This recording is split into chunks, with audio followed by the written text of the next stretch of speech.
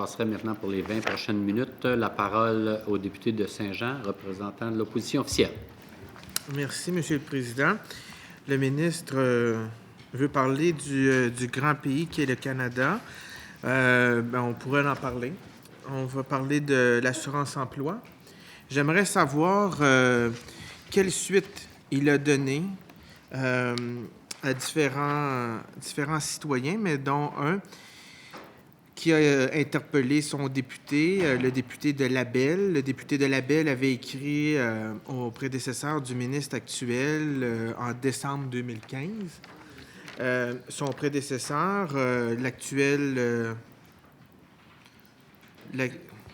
Louis Hébert, parce que là, il n'est plus ministre, là, mais en tout cas, il est encore ministre, mais il n'est pas ministre. Louis Hébert. Député de Louis Hébert. Et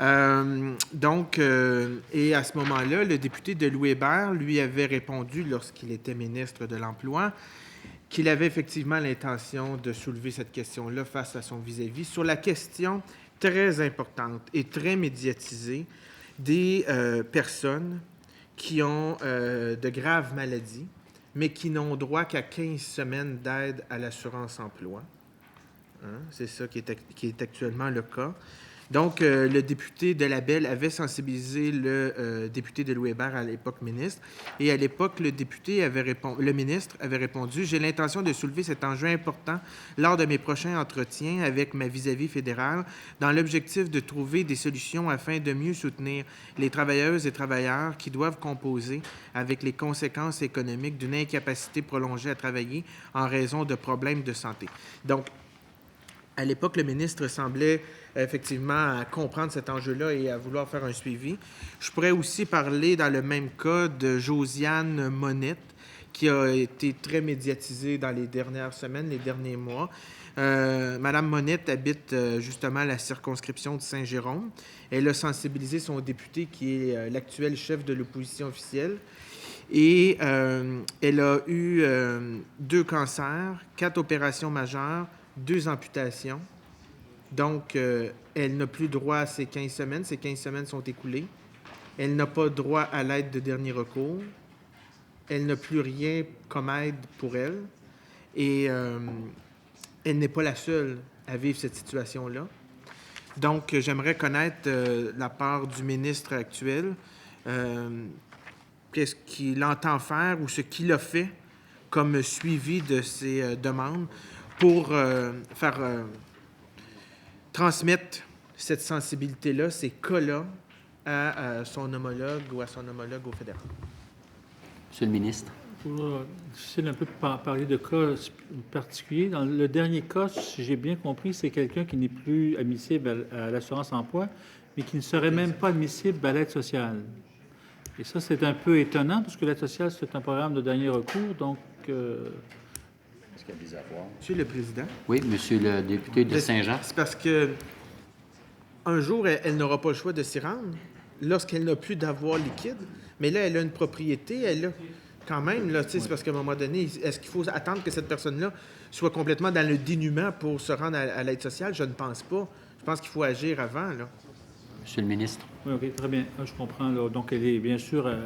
elle serait potentiellement admissible à l'aide sociale, mais là, en ce moment, des actifs qui sont supérieurs, là, donc je comprends mieux la situation. Donc, vous savez très bien que le nouveau gouvernement là, canadien a annoncé lors de son budget des changements importants à l'aide sociale, d'ailleurs, de l'assurance-emploi, merci. Donc, l'essentiel des annonces qui ont été faites, dans ma compréhension, répondait aux attentes de la motion unanime. Vous étiez là, je pense, à cette époque, je n'y étais pas, de la motion unanime des députés de l'Assemblée nationale qui s'inquiétaient, qui condamnaient là, des changements à l'aide sociale, donc à l'assurance-emploi par le gouvernement conservateur. Donc, l'essentiel de ces assoupissements-là, c'est bien sûr pour l'éligibilité. Donc, je ne sais pas si le premier cas sera mieux couvert parce que je ne connais pas les détails, mais on sait que la durée d'attente sera moins longue. On passe de 2 à 1 semaine. Et la durée des prestations est aussi allongée. Cependant, j'ai écrit à la ministre pour faire part de mon étonnement. D'abord, pour la remercier, parce qu'on trouvait qu'il y avait des améliorations, même le mouvement Action Chômage l'a reconnu, donc, mais qu'on avait des préoccupations par rapport au fait qu'il semble que des régions du pays qui ont été favorisées et qu'on ne comprend pas la logique de ces changements-là, donc pour lui demander des explications. Monsieur le député de Saint-Jean. Je suis content parce que c'était ma deuxième question. Effectivement, est-ce que le ministre avait posé des actions dans le cas où, on le voit, 12 régions économiques du Canada reçoivent une aide supplémentaire? Pendant ce temps-là, le Québec, lui, n'a pas cette aide supplémentaire-là. On parle de 5 semaines pour les régions touchées par l'industrie pétrolière, mais aussi ça peut aller jusqu'à 20 semaines supplémentaires, ce qui peut porter jusqu'à 70 semaines d'aide à l'assurance-emploi. Pendant que nous, on a eu la crise forestière, etc., et que nous n'avons pas eu cette aide-là. Je partage les mots du ministre lorsqu'il dit qu'effectivement, il y a des bons éléments dans cette modification du gouvernement actuel. D'ailleurs, nous avions déposé une motion ici à l'Assemblée nationale. Malheureusement, le gouvernement n'avait pas donné son consentement, mais c'était justement dans ce sens-là, les 2 semaines de carence, etc. Cependant, le trou noir demeure. Il n'y a rien pour régler le trou noir dans la réforme du gouvernement Trudeau. Et ça touche quand même 15 000 travailleurs saisonniers, principalement au Québec. Mais je sens et j'entends que le ministre a une correspondance et a fait des démarches avec sa vis-à-vis du gouvernement fédéral. Cependant, ma question, peut-être que je l'ai mal exprimée, mais je vais la réexpliquer. Les deux cas que je parle, c'est la même situation. C'est dans le cas à l'assurance-emploi, une personne qui a une prestation de maladie à l'assurance-emploi, c'est 15 semaines. Un coup que ces 15 semaines-là sont épuisées, il n'y a plus d'aide à l'assurance-emploi. L'autre alternative, c'est de cogner à la porte de l'aide sociale. Dans ce cas-ci, dans ces deux cas-là, c'est des gens qui ont effectivement une propriété, un certain des avoirs, donc ils ne peuvent pas tout vendre et tout se départir pour se rendre à l'aide sociale. Et je ne pense pas que le ministre encourage les gens à se rendre jusqu'à l'aide sociale lorsqu'ils sont malades. Le ministre veut sortir les gens de l'aide sociale. Donc, ma question, et son prédécesseur, le député de Louis-Hébert actuel, mais à l'époque ministre, nous avait écrit à mon collègue, le député de Labelle, comme quoi qu'il était touché par cette question-là et qu'il avait l'intention de soulever cet enjeu-là à sa vis-à-vis de l'époque, qui est encore la même d'ailleurs, parce que c'était suite à l'élection fédérale. Donc, est-ce que le ministre actuel peut nous dire s'il y a eu des suite à cette démarche-là de la part de son prédécesseur? Et sinon, est-ce que lui, comme ministre, peut prendre cet enjeu-là et effectivement sensibiliser sa vis-à-vis fédérale sur un enjeu qui est quand même important? Dans le cas de Mme Monette, elle est rendue à organiser des campagnes de levée de fonds sur Internet pour ramasser de l'argent là, pour arriver. Puis c'est quand même pas rien, là. 2 cancers, 4 opérations majeures, 2 amputations. C'est pas... c'est vraiment un cas grave là, dans ce cas-ci. Donc, nous aimerions avoir de la part du ministre, est-ce qu'il a l'intention, comme son prédécesseur l'avait fait, de prendre ce dossier-là et de faire des demandes à sa vis-à-vis? Monsieur le ministre. Donc, moi, je ne suis pas au courant des démarches qui ont été faites par mon prédécesseur. Là. Je ne nie pas qu'il y en a eu, mais disons, je n'ai pas ces informations-là. Je pense que mon collègue, le député de Saint-Jean, ne demande pas à ce que l'assurance-emploi devienne une forme d'assurance invalidité. Je ne pense pas que c'est sa préoccupation. Sa préoccupation, c'est de pouvoir allonger quand même, 15 semaines, c'est peu, d'allonger peut-être à 30, 35, 40, qui sait, pour donner une chance que la situation se rétablisse. Moi, je ne suis pas le gestionnaire de l'assurance-emploi. J'avais l'impression que cette possibilité-là d'un prolongement dans le cas de maladie, c'était aussi dans les transformations qui ont été annoncées. Je ne les vois pas, là. Je suis en train de vérifier, mais c'est pas le cas, hein? Non. Donc, ça ne semble pas être le cas, là, que pour le moment, il y a des modifications, là, dans le cas de maladie pour prolonger. Donc, j'aurai l'occasion d'en parler, là, avec la ministre là-dessus, parce qu'effectivement, s'il s'agit simplement de prolonger, il y aurait une logique pour le faire, qui ne relève pas du tout de l'assurance invalidité. Oui, Monsieur le député de Saint-Jean. Effectivement, ce n'est pas que ça devienne une assurance invalidité. L'enjeu, c'est uniquement pour un traitement, soit des traitements de chimio ou de radiothérapie pour un cancer, c'est quand même, ça prend un certain temps. Il faut aussi que la personne puisse avoir le temps de se rétablir. Donc, c'est effectivement de prolonger le 15 semaines. Dans ces cas-là où c'est des gens qui sont sur le marché du travail, qui ont payé, qui paient de l'assurance emploi, qui arrivent à un moment donné de leur vie une maladie, ils ne l'ont pas choisi, ils ont besoin d'une aide particulière. Le gouvernement fédéral, lors de la dernière campagne électorale, effectivement a parlé de cet enjeu-là. Les groupes de chômeurs, d'aide aux chômeurs dans les différentes circonscriptions et au niveau national ont sensibilisé lors de la dernière campagne. Le prédécesseur du ministre nous a dit qu'il allait faire des démarches. J'entends qu'aujourd'hui, le ministre actuel va aussi faire des démarches. Donc, je le remercie de ça et j'espère bien pouvoir avoir un suivi de sa part sur cette question. Ministre. Pour clarifier, là, donc je suis coprésident du Forum pour 2 années du Forum des ministres du marché du travail du Canada. On a une rencontre à venir avec la ministre, en principe, au mois de mai, en principe. Et je m'engage à mettre ça à l'ordre du jour pour qu'il y ait une discussion au moins sur le sujet. Monsieur le ministre, Monsieur le député de Saint-Jean. Merci beaucoup, Monsieur le ministre. Dans le cas des organismes en défense collective des droits, j'ai eu l'occasion de poser une question au ministre le 17 mars dernier à la période de questions et réponses orales. Il y a eu même l'occasion de rencontrer les représentants des organismes de défense en défense collective des droits du Saguenay-Lac-Saint-Jean qui étaient présents avec nous. C'est plus de 300 organismes au Québec.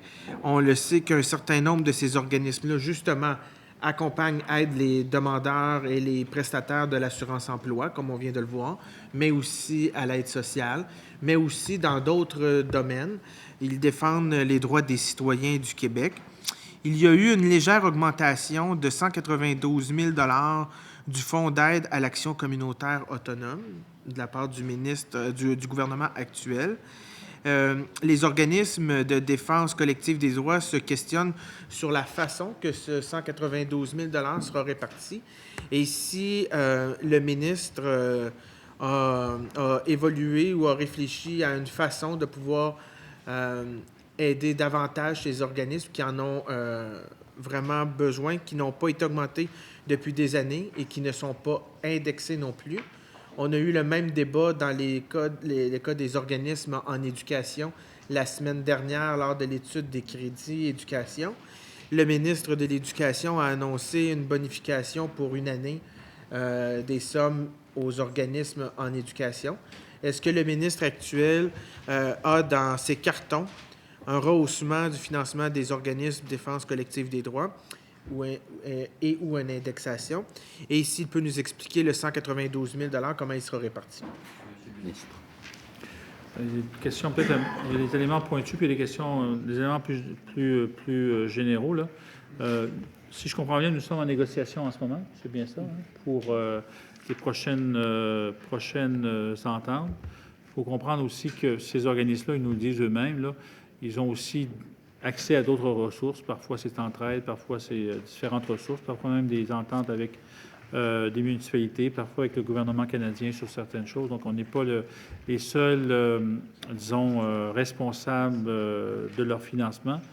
Ce qui serait plus simple pour savoir un peu ce qui s'en vient, ce serait peut-être de laisser la parole à un fonctionnaire qui peut expliquer les modalités, les modalités de la discussion, là, les grands paramètres. Vous proposez quel... Monsieur Denis Jean. Monsieur? Denis Jean. Non, Daniel Jean, pardon. Ah, parce que Denis Jean, c'est un autre. Pas Denis Jean. Mais ça me prend un consentement, Pardon, évidemment. Est-ce qu'il y a un consentement pour que monsieur... Les réponses doivent être courtes parce qu'on n'a pas beaucoup de temps. Oui, parce que là, il reste 5 minutes 41 secondes. Alors, monsieur Jean, donnez-nous votre poste et votre nom. Je suis directeur général de la solidarité et de l'action communautaire au ministère. Mon nom est Daniel Jean. Allez-y. Donc, au niveau du fonds d'aide, votre question touchait le fonds d'aide à l'action communautaire. L'argent additionnel, c'est de l'argent qui est provisionné pour réaliser des projets visant à mieux soutenir dans le fond, les activités en défense des droits et en action communautaire, en action bénévole, excusez. Et dans les faits, c'est de la façon dont on a réfléchi les sommes, c'est de viser à faire une intervention ponctuelle qui consolide l'action des organismes en place. 92 000 n'est pas un investissement pour la mission des organismes, mais c'est par projet. Donc, qui est une autre approche, là, qui est une des façons, finalement, de recevoir du financement pour les organismes. Donc, ma question au ministre, est-ce que le ministre réfléchit et... parce que lorsqu'il y a eu la question en Chambre, il a dit qu'il allait regarder ça. Est-ce que le ministre réfléchit à rehausser le financement de ces organismes-là et de les indexer? Le ministre de l'Éducation l'a fait pour les organismes d'éducation pour 1 an. C'est seulement qu'1 an, c'est pas parfait. Mais dans ce cas-ci, est-ce que le ministre peut nous dire c'est quoi ses intentions pour les organismes de défense collective des droits? Monsieur le ministre. On a, donc, c'est sûr qu'on a, vous avez vu nos crédits, donc on est à l'intérieur d'un budget qui ressemble au budget de l'année dernière, essentiellement, là-dessus. On a fait une annonce vendredi, je pense, par rapport au FKIS. Donc, on a ajouté, par-dessus les crédits qui vous sont présentés aujourd'hui, un montant de 6,8 millions de dollars. Il n'est pas impossible que ce 6,8 millions de dollars-là rejoigne indirectement, parce que pour les raisons que j'ai mentionnées tout à l'heure, là, il y a certains de ces groupes là, qui travaillent, qui sont dans d'autres enveloppes, puissent rejoindre indirectement ces organismes-là. Mais pour le moment, là, il n'y a pas d'indexation prévue pour l'enveloppe là, dont il est question. C'est bien ça? Monsieur le député de Saint-Jean. Donc, moi, je parle bien des organismes en défense collective des droits. Hein? Donc, c'est plus de 300 organismes qui œuvrent au quotidien. Je comprends qu'ils peuvent recevoir effectivement, dans certains cas, du financement de Centraide ou de d'autres organisations, mais c'est très peu, on s'entend. Là, c'est en moyenne là, des montants, là, 30, 40, 50 000 $ par année, leur budget de fonctionnement. Certains ont plus, tout dépendant. Donc, je crois que le ministre, effectivement, devrait poursuivre sa réflexion. Il y a une entente sur 3 ans qui a été signée avec ces organismes, mais je crois qu'il pourrait effectivement avoir une réflexion de la part du ministre pour justement réinvestir dans ces organismes qui ont, il faut le dire, vraiment besoin d'aide parce que c'est les organismes qui sont vraiment en première ligne auprès des citoyens. Là. Monsieur le ministre, 2 minutes. Oui, toujours un peu complexe, il y a beaucoup d'enveloppes. On essaie de se démêler pour répondre le plus correctement là, notre collègue. Là. Donc, il y a une enveloppe, là, une évaluation d'une enveloppe globale de 18 millions, là, qui était de 18 millions 125 000 l'année dernière. Cette année, qui sera de 18 millions 402 000, donc une bonification pour cette enveloppe-là de 275 000. Ça touche promotion des droits, ça touche aussi la mission globale. Donc, est-ce que le ministre peut nous dire ses intentions sur la répartition de ce montant supplémentaire-là? Est-ce que c'est pour de l'indexation? Est-ce que c'est pour reconnaître des organismes de défense des droits qui n'étaient pas reconnus actuellement? Ou c'est pour par projet? Ou c'est pour leur mission de base? Monsieur le ministre. Ce sur quoi on s'est entendu avec les organismes dans le contexte actuel, là, c'est de ne pas reconnaître pour le moment de nouveaux organismes, parce que ce serait vraiment... ce serait créer une pression supplémentaire. Donc, on protège les organismes qui sont là. Certains organismes évoluent, peuvent disparaître ou aller vers d'autres missions. À ce moment-là, on garde l'enveloppe, on protège les organismes qui sont déjà là. C'est limité, c'est sur une base historique, avec les avantages et les inconvénients que ça a, mais au moins, ça permet une certaine continuité. Monsieur le Président, ma question demeure. Qu'est-ce que le ministre a l'intention de faire avec ce 200 quelques mille $ supplémentaires? 30 secondes, Monsieur le ministre. Oui. Alors, quand je regarde un peu la ventilation, promotion des droits, c'est là où il y aurait l'augmentation la plus importante, pas la seule, mais c'est au niveau de recherche et études en lien avec les mises en œuvre de la politique. Ça, c'est un nombre d'organismes qui sont les mêmes, là. Et aussi le multisectoriel, c'est-à-dire des ententes de services. Merci, Monsieur le ministre.